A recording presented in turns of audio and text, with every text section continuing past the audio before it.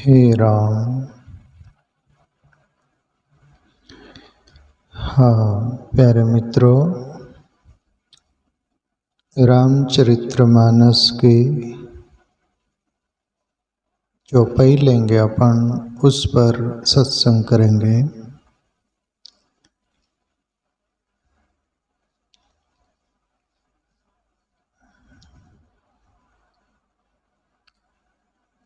किए हूँ कुबेसु साधु सन्मानु, जिमि जग जाम्बवंत हनुमानु।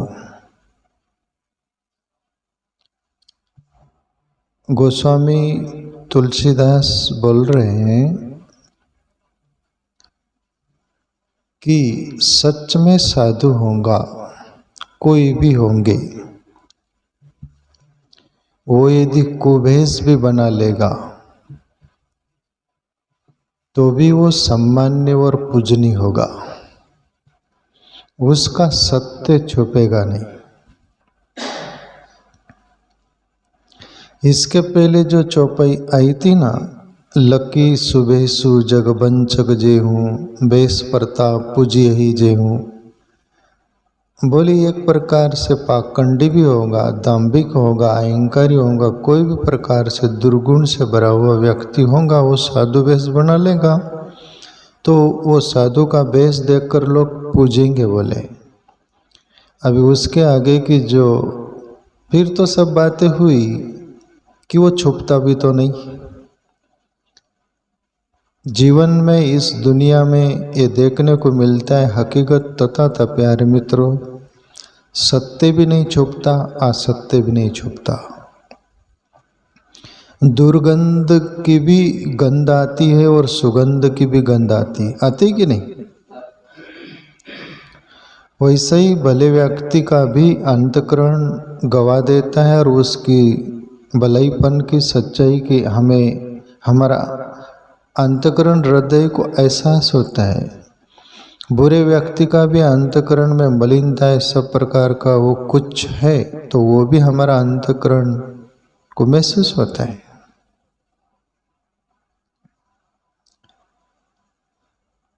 जैसे किए हूँ कुबेसु साधु सन्मानु, जिमि जग जाम्बुवंत हनुमानु। उदाहरण दिए जाम्बुवंत भी जैसे कुबेस बनाकर, पर वो जाम्बुवंत है, वो असल में पहचाने गए थे। और आपको मालूम है लंका में हनुमान जी विभीषण के वहाँ जाते हैं और ब्राह्मण का वेश बनाकर जाते हैं और विभीषण को बोलते मैं भाई ब्राह्मण हूँ, ऐसा हूँ वैसा हूँ, छुपा कर गए थे। फिर भी हनुमान जी की सत्यता साधुता छिपी नहीं और विभीषण पहचान लिए। अब मोय भा भरोसा हनुमंता, बिन हरि कृपा मिले ही नहीं संता, ये विभीषण बोला था। तो ये चौपाई का अर्थ ये होता है प्यारे मित्रों, हमारे अपने अंदर जो भी कुछ होगा देर आबेर वो प्रगटेगा और सामने वाले पर इफेक्ट गिरेगा ही। इसलिए अभी हमारे पर डिपेंड है ये कि हमारा अंतःकरण को शुद्ध बनाना है कि अशुद्ध, हमें बुरा जीवन जीना है कि भला, हमें साधु जैसा जीना है कि असाधु जैसा, हमें सज्जन जैसा जीना है कि असज्जन जैसा, हमें नास्तिक जैसा जीना है कि आस्तिक जैसा। आखिर फैसला हमको करना है, न प्रकृति न परमात्मा न दुनिया, खुद ब खुद अपने को डिसीजन लेना है। ये रामायण का इशारा, रामायण की चौपाई का इशारा है। और तथा आचार्य चाणक्य बोले कि हीरा कोहिनूर जो होता है ना, वो हीरा हीरा है, कोहिनूर कोहिनूर है। वो यदि जूते चप्पल के पास भी आप रख दो तो उसकी कीमत वो ही रहेगी जो हीरे की होती है। और लोहा लोखंड जो है ना, आप सोने के सिंहासन पर भी रख दो तो उसकी कीमत वही होगी जो लोखंड की होनी चाहिए, लोहा की होनी चाहिए। इसलिए प्यारे मित्रों, ये प्रकृति का नेम है, वो छुपाती नहीं प्रकृति और वहाँ छुपता भी नहीं। हंस जैसे दूध और पानी को अलग कर देता वैसे प्रकृति अलग कर देती है। और दुनिया में हम सबको धोखा दे सकते हैं, परमात्मा को, परमात्मा के नियम कानून को नहीं। वहाँ जो का तो रिकॉर्डिंग होता है, उनका कैमरा कभी खराब होता नहीं। बाहर के कैमरा खराब हो जाएंगे सब, वहाँ झूठ असत्य ऐसा कुछ हो जाएंगे ये लोग, पर परमात्मा का नहीं। तो आगे गोस्वामी जी बोले, हानि कुसंग सुसंग लाहूं, लोकहूं वेद विदित सबकाऊं। अब ये भी समझने जैसा है प्यारे मित्रों। हानि कुसंग सुसंग लाहूं, बोले कुसंग यदि होंगी ना तो वहाँ हानि होगी, वहाँ भला नहीं हो सकता, वहाँ बुरा ही होगा, क्योंकि वो रास्ता ही बुरे का है। इसलिए हम जिंदगी में सोचे और समझे कि हमें संग किसकी करना है, नास्तिक की कि आस्तिक की, सज्जन की कि दुर्जन की, साधु की कि असाधु की, किसकी करना है, ये खुद ब खुद हमें निर्णय करना है। परमात्मा तो जीवन दे दिया हम सबको, चुनना है हमको। परमात्मा को दोष देना नहीं तुम अपन सब, प्रकृति को, दुनिया को, किसी को भी दोष देना मत। देना तो खुद के कर्म को, खुद के एक्शन को, खुद के जो सब अपन करते हैं ना कर्म, उसको दोष देना। सुधारना हो तो खुद को सुधार लेना, खुद ही यह जिम्मेवार है मनुष्य। प्यारे मित्रों, हानि कुसंग सुसंग लाहूं। अभी देखो संग की कितनी बलिहारी है, कितनी बड़ी बात है। गीता का एक सूत्र है, संगात संजायते काम, कामाद भी जाए तो क्रोधो विमूढ़ आत्मा, ऐसा करके आता है सूत्र। पर इतना ले लो, संगात संजायते काम। अर्जुन, जैसी संग होंगी वैसा ही रंग लगेगा, देर आबेर, उसको बदल नहीं सकोगे तुम। स्वामी राम तीर्थ बोलते थे, हिमालय जंगल में घुमा करते थे, फिरा करते थे, पर परमात्मा से प्रार्थना करते थे, हे प्रभु मेरे बहुत जन्म जन्म के पुण्य नहीं होंगे, मेरे भाग्य में वो संतों की संग नहीं होगी पुण्य न होने के कारण, कि भले लोगों की, सज्जनों की संग नहीं होगी तो चलेगा। हे प्रभु मैं प्रार्थना करता हूँ, मैं अकेला बैठा रहूँगा एक पेड़ के नीचे या मेरे झोपड़े कुटिया में, मैं तेरा भजन करते रहूँगा, तेरा चिंतन करते रहूँगा, मैं तेरी याद में रोता रहूँगा, अकेला बैठा रहूँगा, मैं अकेला जी लूँगा, पर मुझे दुर्जनों की संग नहीं देना प्रभु, कुछ संग मत देना, मेरा जीवन वहाँ बिगड़ जाएगा। ये स्वामी राम तीर्थ बोलते थे प्यारे मित्रों। इसलिए संग की बहुत बलिहारी है। लोकहूं वेद विदित सबका हूँ, पूरी दुनिया को भी ये पता है और वेद शास्त्रों में भी है, और सभी को दुनिया जानती है इस बात को। फिर भी जानकर भी अनजान जो व्यवहार करते और जीते, वो खुद को ही धोखा देना है। आदमी को लगता है हम दूसरों को धोखा दे रहे हैं, पर दूसरों को नहीं प्यारे मित्रों, हम अपने को ही धोखा देते हैं। तो संग अच्छी चुनिएगा प्यारे मित्रों, वरना असंग रहिएगा।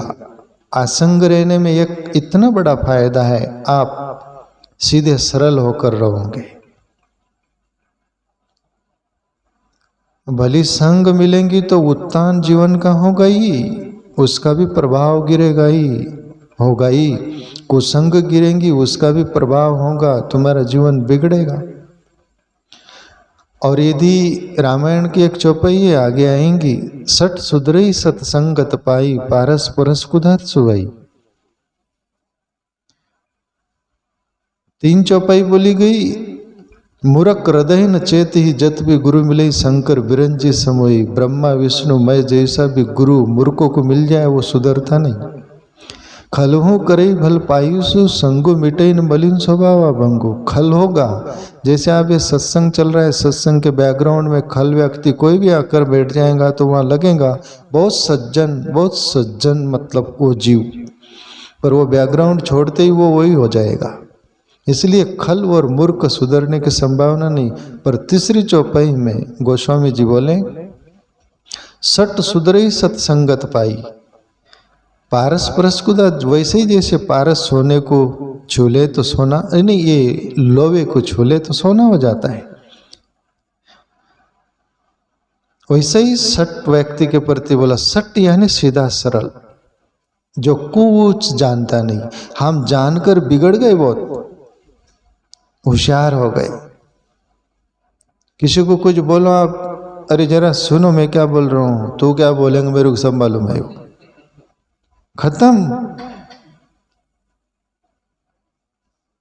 सामने वाला बोल देगा ना, अरे तू क्या बोलेंगे मेरे को सब मालूम है। मालूम मतलब तुम्हारा कुछ नहीं हो सकता वहां, लॉक। और सट यानी सीधा सरल व्यक्ति होगा, उसको बोलो सुन, हाँ सुनाओ।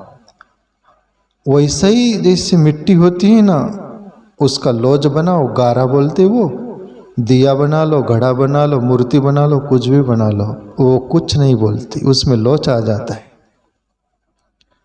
ये मूर्ख और खल वैसे ही है जैसे पत्थर और ईंट, वो गारा नहीं बन सकते। इसलिए गोस्वामी जी बोले, हानि कुसंग सुसंग लाहूं, लोकों वेद विदित सब कहूं। आगे गोस्वामी जी और बोलते हैं, गगन चढ़ई रज पवन प्रसंगा, किचही मिलही निच जल संगा। अब ये भी बड़ी प्यारी बात, संत महापुरुष जिंदगी में अनुभव करके जो हम कभी जिंदगी में नहीं सोचते, वो आईना बता देते, देख लो तुम्हारा चेहरा। गगन चढ़ई रज पवन प्रसंगा, गगन यानी आकाश, और वो जो सेंडी आती है ना, भौरी बोलते हैं आप, साधारण भाषा में क्या बोलते हैं?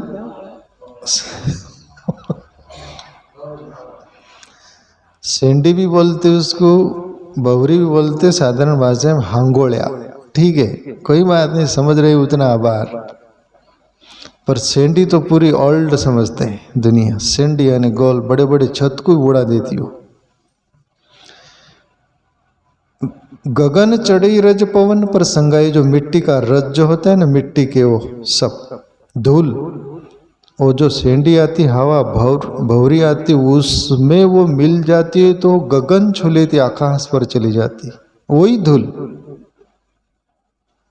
और वही धूल यदि पानी बह रहा है, उसमें नीचे की तरफ गड्ढा खड्डा जो होता है ना, उधर जाकर एक जगह हो जाती है, पानी थोड़ा फार कम हो जाता है, फिर वो सड़न हो जाता है, कीचड़ हो जाता है, यानी उसमें से दुर्गंध आने लगती है, बदबू आने लगती है।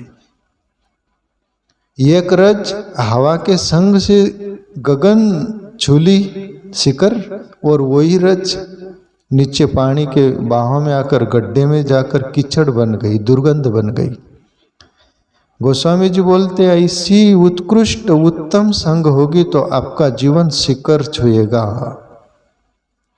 और ये जो पानी में, जल में जो नीचे गड्ढे में बनकर वो कीचड़ हो गया, दुर्गंध बन गई, वही रज ऐसा ही साधारण जो कि लोकल गई गुजरी संग होगी, कुसंग जिसको बोल दो, नास्तिकों की संग बोल दो, ऐसे गिरी हुई संग यदि होंगी तो कीचड़ की तरह हमारा जीवन हो जाएगा। ये संग की बहुत बलिहारी है। इसलिए जिंदगी में प्यारे मित्रों, संग अच्छी देखकर चुनो, ऐसे महापुरुषों का इशारा रहता है। और जो इस इशारे को समझ गया उसका जीवन निखर आता है। इस पर मैं छोटा सा दृष्टांत दूं, बहुत शॉर्टकट। भंवरे थे दो, भृंग भंवरा, एक वो नरक का पिंडला करता और लौटते ले जाता, क्या गोडाउन होगा उसका, वहां जमा करता जो भी। मैं वो डिस्कवरी पर पहले जमाने में देखा हूँ, वो खाने के लिए ले जाता उसका गोडाउन, ठीक है, उसको वही मालूम है। पर दूसरा भी भंवरा था एक, उसको मकरंद फूल पर जाकर बैठना, मकरंद लेना और वही उसका खाना और जीना था। ये पिंडला बनाने वाले को, भंवरे को बोला, वो मकरंद लेने वाला फूल पर बैठा हुआ भंवरा, भैया ये क्या करता है तू, मेरी जाति का, मेरी नाक कटा रहा है तू, मुझे शर्म आ रही, मेरा इज्जत का सवाल है, मेरी नाक रख तू, ये क्या करता है तू। और बोले मैं तो ठीक ही कर रहा हूँ। जो जिसको वही सूझ रहा है उसको तो ठीक ही लगेंगे ना, वो कुछ भी कर रहा है। पर जो उत्कृष्ट उत्तम दिशा और दशा है उसको दिखता है तुम्हारा कनिष्ठ व्यवहार है सब।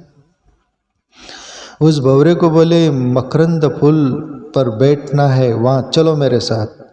सुन लिया भंवरा, जो सुन ले उसका उद्धार कल्याणी होता है। भंवरा गया, मकरंद, गुलाब के फूल, कमल के फूल, जो सुगंधित फूल थे उस पर बैठा, जिंदगी में मुग्ध हो गया वो भंवरा। कभी देखा ही नहीं था सुगंध दुर्गंध के अलावा। ऐसे ही नास्तिक लोग भी यदि अच्छे लोगों की संग पकड़ लेना तो जीवन सुगंधित हो जाता है, उसमें मुग्धता हो जाता है मन। वैसा वो भंवरा जिंदगी में पहली बार बैठा तो वो शाम हो जाती, वो चतुर भंवरा जो था वो शाम को वो कली बंद हो जाती, उसमें से निकल जाता था वो। पर ये नहीं, मुग्ध हो गया, फूल में बंद हो गया, रात भर उसमें रहा। और सुबह फूल तोड़ने माली आता है पूजा के लिए, फूल तोड़ लेता है और शिवलिंग पर वो फूल चढ़ता है। फिर शाम होती वो फूल उठाया जाता है, फिर गंगा जी में बहाया जाता है। तब वो भंवरा यात्रा नरक के पिंडला से चली तो फिर अच्छी संग मिली तो फूल मिला, फूल से शिव जी के शिवलिंग पर चढ़ा और गंगा जी में जाकर तब वो सोचता है कि देखो ये संग की बलहारी है, भली संग न मिली होती तो आज मैं गंगा तक पहुंचता क्या, वही गटर का हिस्सा रहता। तो प्यारे मित्रों, कहने का तात्पर्य जीवन में उत्कृष्ट संग होगी तो जीवन गड़ाएगा। आगे बोले साधु असाधु सदन सुख सारी, सुमरहि राम देहि गनिगारी।